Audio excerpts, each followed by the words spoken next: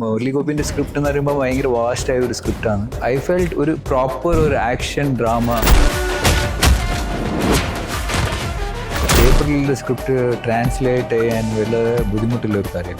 Murali sir വന്നിട്ട് ഞാൻ എഴുതിയത് കറക്റ്റായിട്ട് ട്രാൻസ്ലേറ്റ് ചെയ്യണം സ്ക്രീനിൽ. സോ പേപ്പർ ടു സ്ക്രീൻ ട്രാൻസ്ലേഷനിലാണ് കുറേ പടങ്ങൾ മിസ്സായി പോകുന്നത്. നമ്മുടെ മലയാള പടങ്ങൾ തമിഴ്നാട്ടിൽ അങ്ങനെ ഒന്ന് ഹിറ്റ് ആവുന്നില്ല. മലയാളത്തിൽ എന്താണെന്ന് വെച്ചാൽ മലയാള പടങ്ങളിലെ ഒരു കൾച്ചറൽ ന്യൂവാൻസസ് നിറയെ ഉണ്ടാവും പടത്തിൽ. സോ അത് തമിഴിലേക്ക് ട്രാൻസ്ലേറ്റ് ചെയ്യുമ്പോൾ ഇറ്റ് ലൂസ് ഇറ്റ്സ് എസെൻസ്. ആ സക്സസ് നമ്മൾക്ക് തമിഴിൽ കാണാൻ ബുദ്ധിമുട്ടാണ്. എങ്ങനെയുണ്ടായിരുന്നു സർപ്പാട്ട പരമ്പര? സർപ്പാട്ട പരമ്പര is A very good film, very iconic film for me. So ഈ സ്ക്രിപ്റ്റ് കേട്ടപ്പോൾ ഞാൻ രഞ്ജിത്ത് സാറിനോട് പറഞ്ഞത്, സാർ ഇതൊരു ദങ്കലിന് പോലെ ഉണ്ട്, ഇത് നമ്മൾ കറക്റ്റായിട്ട് ലാൻഡ് ആയെങ്കിൽ ഇതൊരു ദങ്കലിൻ്റെ ഒരു എഫക്റ്റ് ഉണ്ടാവും. നയൻതാരെ സിനിമയിലേക്ക് തിരിച്ചു കൊണ്ടുവന്നത് ആര്യാണ്. രാജാറാണി കാസ്റ്റിങ്ങിന് വേണ്ടിയിട്ട് നോക്കുമ്പോൾ കുറേ ട്രൈ ചെയ്ത് അതിൽ പ്രോബ്ലം എന്തായിരുന്നു വെച്ചാൽ ഒരു ഡബിൾ ഹീറോയിൻ സബ്ജക്റ്റ്, രണ്ട് ഹീറോയിൻസ്, വേറെ ഒരു ഹീറോയിൻ അഭിനയിക്കുമ്പോൾ ഒരു ഇൻസെക്യൂരിറ്റി, അതും പുതിയ director. Finally just took a chance. ഇങ്ങനെ നയൻതാരയോട് ചോദിച്ചു, ഇങ്ങനെ ഒരു പടമുണ്ട്, it be nice if you can do it. So once she heard the story she really liked it. She said okay I will do it.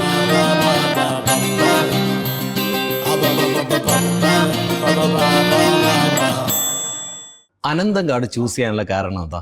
Murali Gopi എന്ന പേരാണോ സ്ക്രിപ്റ്റാണോ? രണ്ടും. ഇപ്പോൾ മലയാളത്തിൽ കുറേ കാലമായിട്ട് ഒരു നല്ലൊരു ലീഡായിട്ട് ഒരു മലയാള പടം ചെയ്യണമെന്നൊരു ആഗ്രഹം ഉണ്ടായിരുന്നു. സോ അപ്പോൾ ഈ സ്ക്രിപ്റ്റ് കേട്ട് മുരളി അനന്ത ട്രിവാൻഡ്രം ബേസ്ഡ് ആണ്. പഴയ അനന്തങ്കാടെന്ന് വെച്ചാൽ പഴയ പേരാ.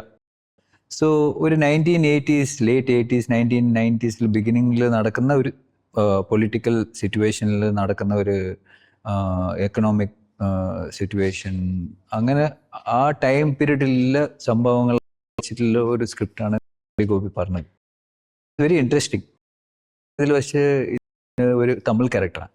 ആ തമിഴ് ക്യാരക്ടർ ട്രിവാൻഡ്രം വരുന്നതാണ് കഥ. മുരളി ഗോപിന്റെ സ്ക്രിപ്റ്റ് എന്ന് പറയുമ്പോൾ ഭയങ്കര വാസ്റ്റായ ഒരു സ്ക്രിപ്റ്റാണ്. അതിൽ കുറേ ക്യാരക്ടേഴ്സ്, അത് ക്യാരക്ടേഴ്സിന് ഒരു ക്യാരക്ടർ ആർക്ക്, അതിൻ്റെ ലേയേഴ്സ്, അവരെ സബ് സ്റ്റോറി, അവരെ പ്ലോട്ട് എല്ലാം ഉണ്ട് ഈ പടത്തിൽ. സോ ഐ ഫെൽറ്റ് ഒരു പ്രോപ്പർ ഒരു action drama Malayalam rooted Malayalam base ആയ ഒരു സ്ക്രിപ്റ്റ് ആയിരുന്നു. So I really liked it and very powerful character, very powerful performance ചെയ്യാൻ പറ്റിയുള്ള ഒരു ക്യാരക്ടർ. ഞങ്ങള് കാളയുടെ കൊമ്പ് പിടിച്ച ഒരു ആര്യയെ കാണുന്നുണ്ട്. ആ കാള ഒറിജിനലാണോ കൊമ്പ് ഒറിജിനലാണോ? ഇല്ല, അത് ഭയങ്കര ഒരു ഡിഫിക്കൽട്ടായ ഒരു ഷൂട്ടിംഗ് ആയിരുന്നു. കാള് ഓൾമോസ്റ്റ് 200-250 കാളിനെ വെച്ചിട്ട് അത് ഷൂട്ട് ചെയ്തത്. അത് ഫൈറ്റ് സീക്വൻസ് ആയിരുന്നു. ഓക്കെ. സോ ടെക്നിക്കലി ഷൂട്ട് ചെയ്യാൻ വളരെ കഷ്ടമായിരുന്നു. ആ ഹ്യൂജ്നെസ് നമുക്ക് കാണിക്കണം, പക്ഷെ അതേ സമയത്ത് ഫുള്ളായിട്ട് നമുക്ക് CG ഉപയോഗിക്കാൻ പറ്റില്ല. സോ കാളിന് അതേ ടൈമിൽ ആ ഡേഞ്ചർ ഉണ്ട്. കാളുകൾ ഓടുമ്പം പിന്നെ അത്രയും ജൂനിയർ ആർട്ടിസ്റ്റും ആക്ടേഴ്സും ഫൈറ്റേഴ്സും ഒക്കെ ഇല്ല സീക്വൻസാണ്. സോ ഒരു ഭയങ്കരമായ ഒരു റിസ്ക് എടുത്തിട്ട് ചെയ്ത ഷൂട്ടിംഗ് അല്ല. പിന്നെ അതിന് മാക്സിമം ക്ലോസ് കോണ്ടാക്ട് ഉണ്ടാകുമ്പോൾ അതിൽ നമുക്ക് കുറച്ച് CG റിയലിനോട് മാച്ച് ചെയ്തിട്ട് CG യൂസ് ചെയ്തു. അങ്ങനെ ഒരു ടെക്നിക്കലായിട്ട് ഷൂട്ട് ചെയ്ത പടം. ശരിക്കും കാള ഈ പടത്തിൽ വില്ലനാണോ? കാരണം അച്യുതകുമാർ സ്റ്റെപ്പ് ഇറങ്ങി വരുന്ന സമയത്ത് പുറകിൽ കാളയുമായാണ് കാണിച്ചിരിക്കുന്നത്. അങ്ങനെയൊക്കെ ഉണ്ടോ? അല്ലാതെ ഒരു സിറ്റുവേഷനാണ് ആ പടത്തിൽ വരുന്ന ഒരു സിറ്റുവേഷനാണ്. അതിൻ്റെ ആ കാളനെ കൊണ്ടുള്ള ഒരു പ്ലേയും ഉണ്ട് പടത്തിൽ. സോ അതിനെ കൊണ്ടുള്ള ഒരു ഇമ്പോർട്ടൻസ് ഉണ്ട് പടത്തിൽ. ഓക്കെ. ഇതിന്റെ ടീസർ ഇറങ്ങുന്ന സമയത്ത് ഒരു പാട്ടുണ്ടായിരുന്നു, മുരളി ഗോപി പാടിയ പാട്ട്. ആ പാട്ട് കണ്ടിട്ട് ഒരുപാട് ആൾക്കാർ പറഞ്ഞു ഇത് ഒപ്പത്തിലെ പാട്ടുമായിട്ട് കണക്ഷൻ ഉണ്ട് തോന്നിയായിരുന്നോ, അല്ലെങ്കിൽ അതുമായിട്ട് എന്താ കണക്ഷൻ? ഇല്ല, അത് വന്നിട്ട് ഒരു ഒപ്പത്തിന്റെ കണക്ഷൻ എന്ന് വെച്ചാൽ അത് വി വാണ്ടഡ് സംതിങ് ലൈക്ക് അതിന്റെ ഇത് തന്നെ അല്ല, വി വാണ്ടഡ് സംതിങ് സിമിലർ. ആ ഒരു സൗണ്ടിങ്, സിമിലർ ഒരു എഫക്റ്റിന് വേണ്ടിയിട്ട് നമ്മൾ ചെയ്ത പാട്ടായിരുന്നു. ഈ പടത്തിൽ മുരളി ഗോപി ചോദിക്കുന്ന ഒരു ചോദ്യമുണ്ട്, അത് ഞാൻ ചോദിക്കാണ്, സത്യം പറ. സോ അതാണ് ഒരു ടേണിംഗ് പോയിന്റ് പടത്തിന്റെ. ഒരു വളരെ ഒരു ഇവന് ഇത്ര കാലം ഇവരെ ഒരു ക്യാരക്ടർ ഏറ്റവും ഇവിടെ perceived him as one character. ഒരു പോയിന്റിൽ ഇവർക്ക് തന്നെ മനസ്സിലാവില്ല ഇവൻ ആരാന്ന്. സോ ദാറ്റ് ഈസ് അതായിരുന്നു ആ ഡയലോഗ്, ആരാ നീ സത്യം പറ.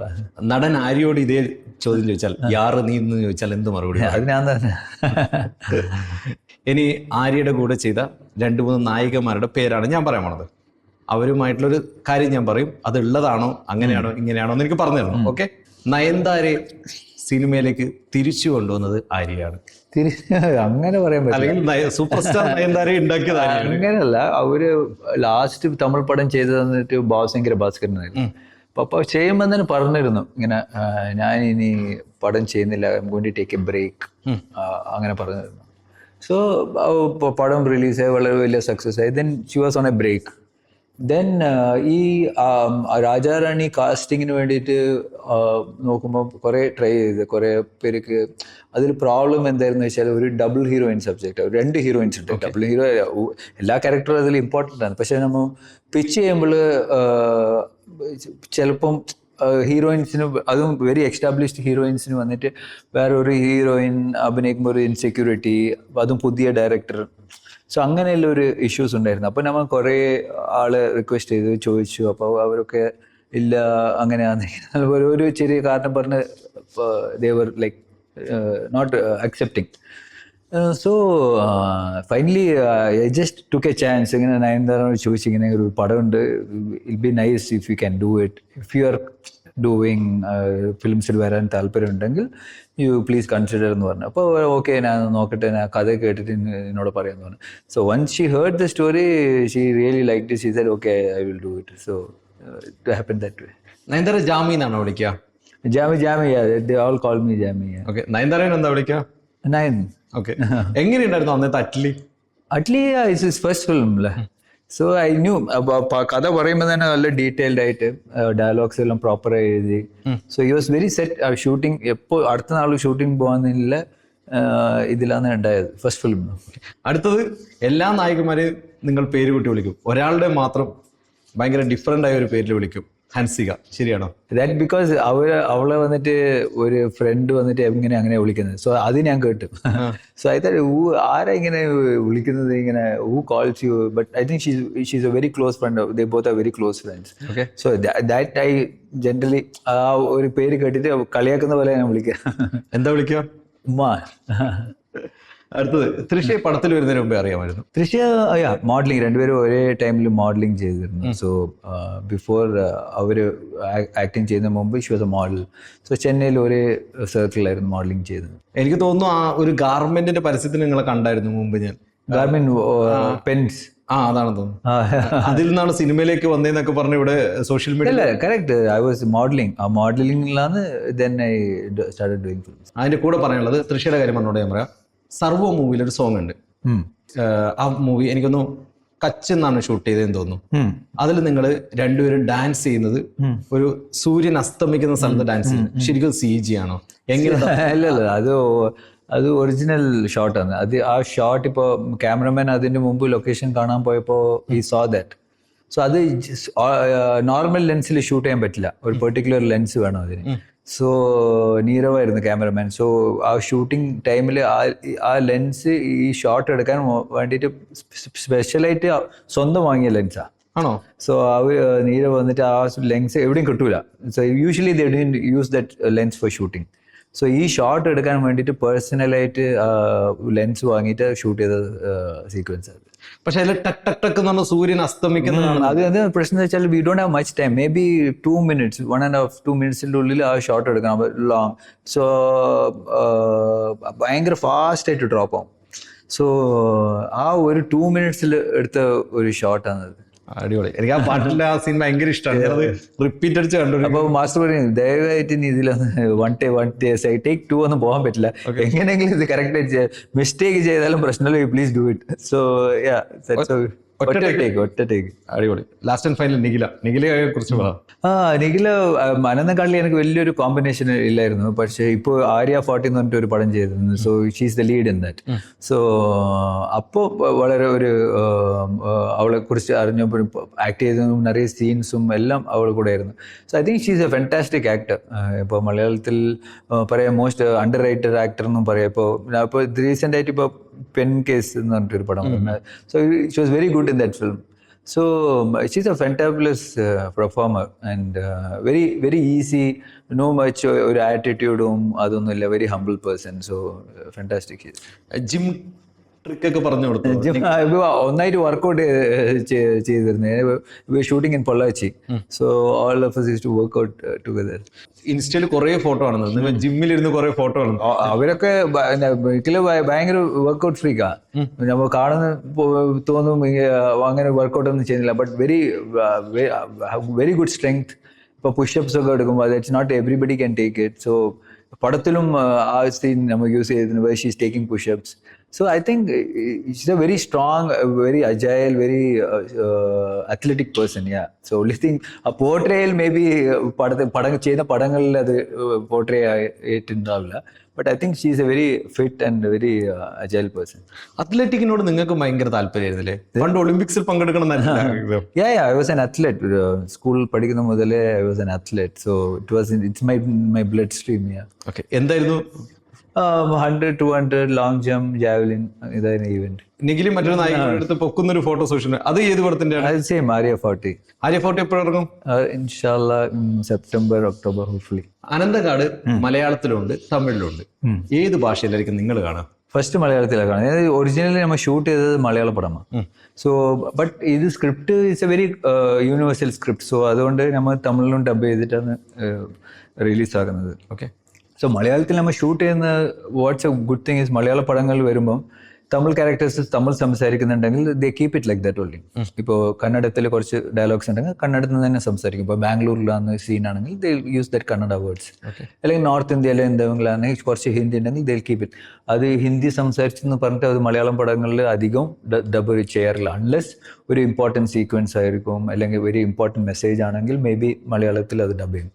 സോ ബട്ട് ഹിയർ ഇത് വളരെ തമിഴ് എല്ലാവർക്കും അറിയുന്ന ഒരു ലാംഗ്വേജാണ്, മലയാളീസ്ക്ക് എല്ലാവർക്കും അറിയുന്ന ഒരു ലാംഗ്വേജാണ്.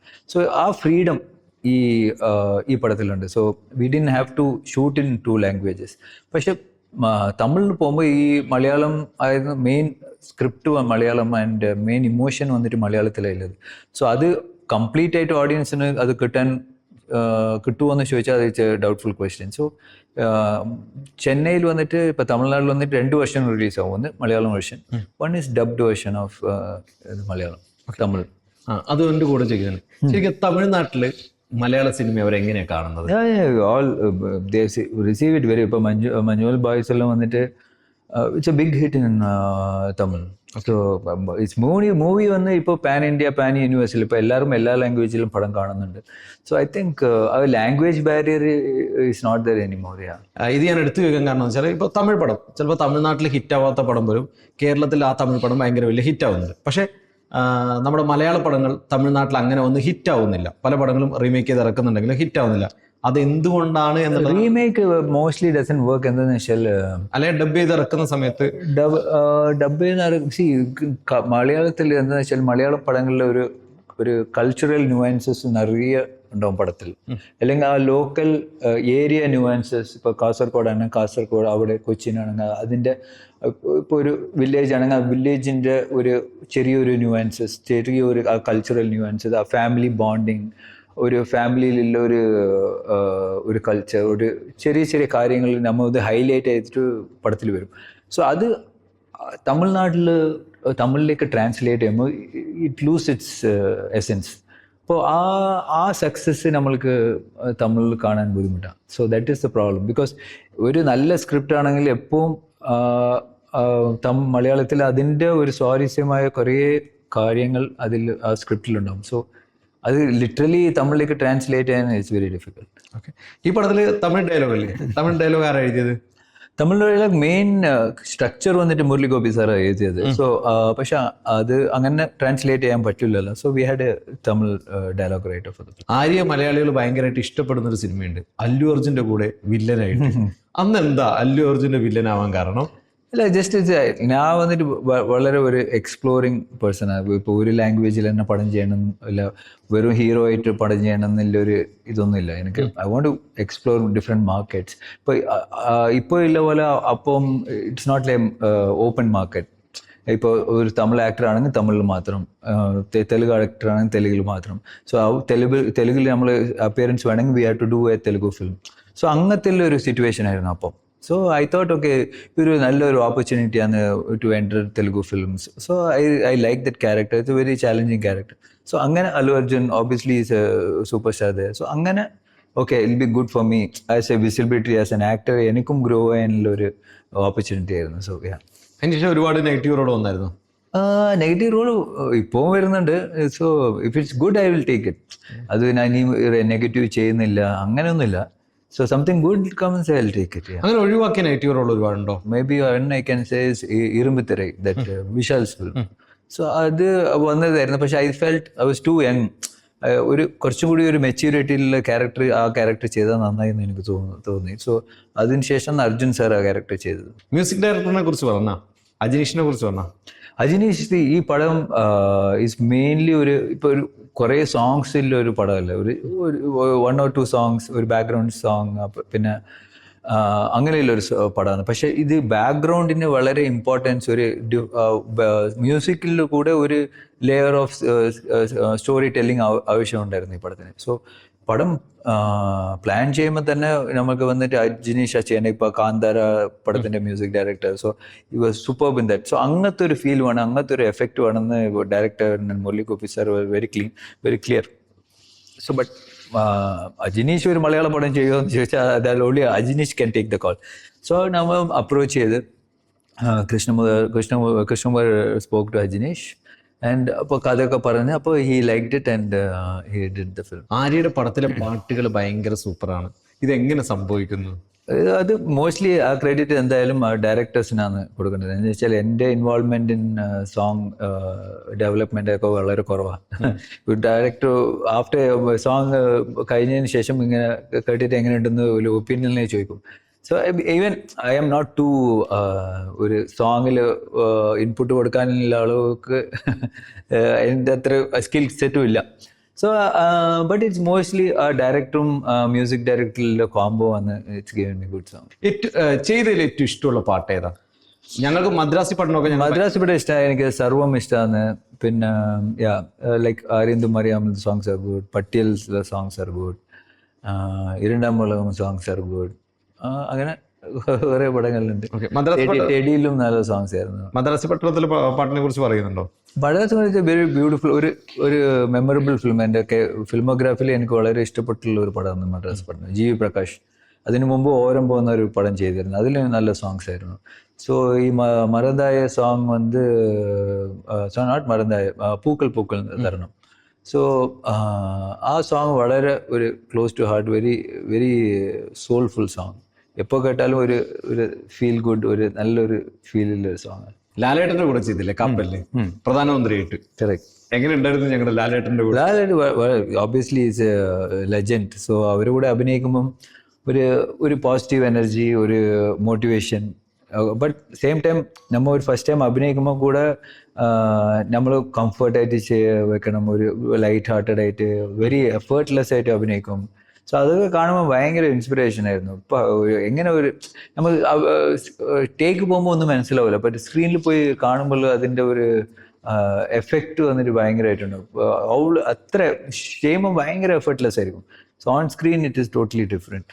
സൂര്യയായിട്ട് എന്നിട്ട് സംസാരിക്കുമോ? ഇയാൾ ഇങ്ങനെ ചെയ്യുന്നു എന്നൊക്കെ സംസാരിക്കുമായിരുന്നു?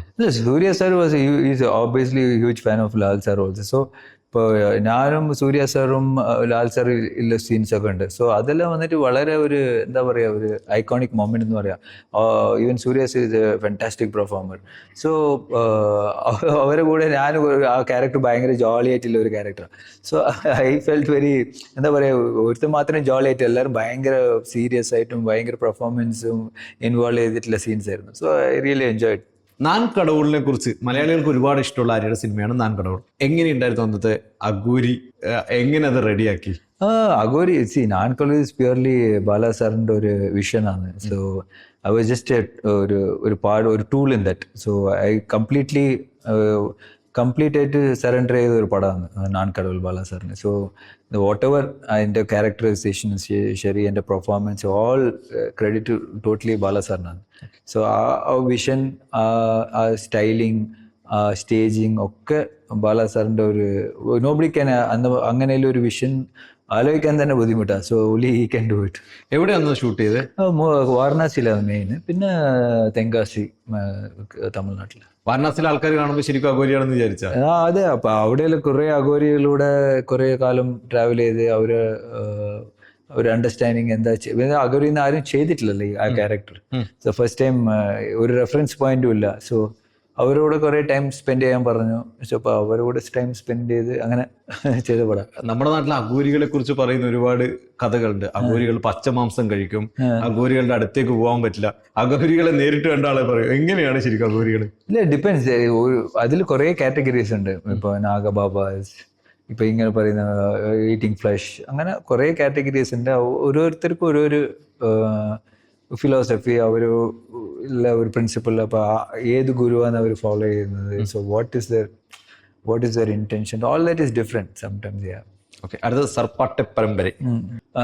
ദങ്കൽ കണ്ടപ്പോൾ ദങ്കൽ പോലെ ഒരു പടം ചെയ്യണം എന്നുള്ള വലിയൊരു ആഗ്രഹം ഉണ്ടായിരുന്നു. സോ ഈ സ്ക്രിപ്റ്റ് കേട്ടപ്പോൾ ഞാൻ രഞ്ജിത്ത് സാറിനോട് പറഞ്ഞത്, സാർ ഇതുപോലെ ദങ്കലിനെ പോലെ ഉണ്ട് സാർ, ഇത് നമ്മൾ കറക്റ്റായിട്ട് ലാൻഡ് ആയെങ്കിൽ ഇതൊരു ദങ്കലിൻ്റെ ഒരു എഫക്റ്റ് ഉണ്ടാവും ത്രൂ ഔട്ട് ഇന്ത്യ, അങ്ങനെ പറഞ്ഞ് ചെയ്ത പടമാണ്. സോ വൺസ് മൂവി റിലീസാണ് ശേഷം ആ അപ്രിസിയേഷനും ആ കമ്പാരിസണും ഒക്കെ വന്നപ്പോൾ വളരെ ഹാപ്പി ആയിരുന്നു. ഇപ്പോഴും അണ്ണാനഗറിൽ ചായ കുടിക്കാൻ പോകാറുണ്ടോ?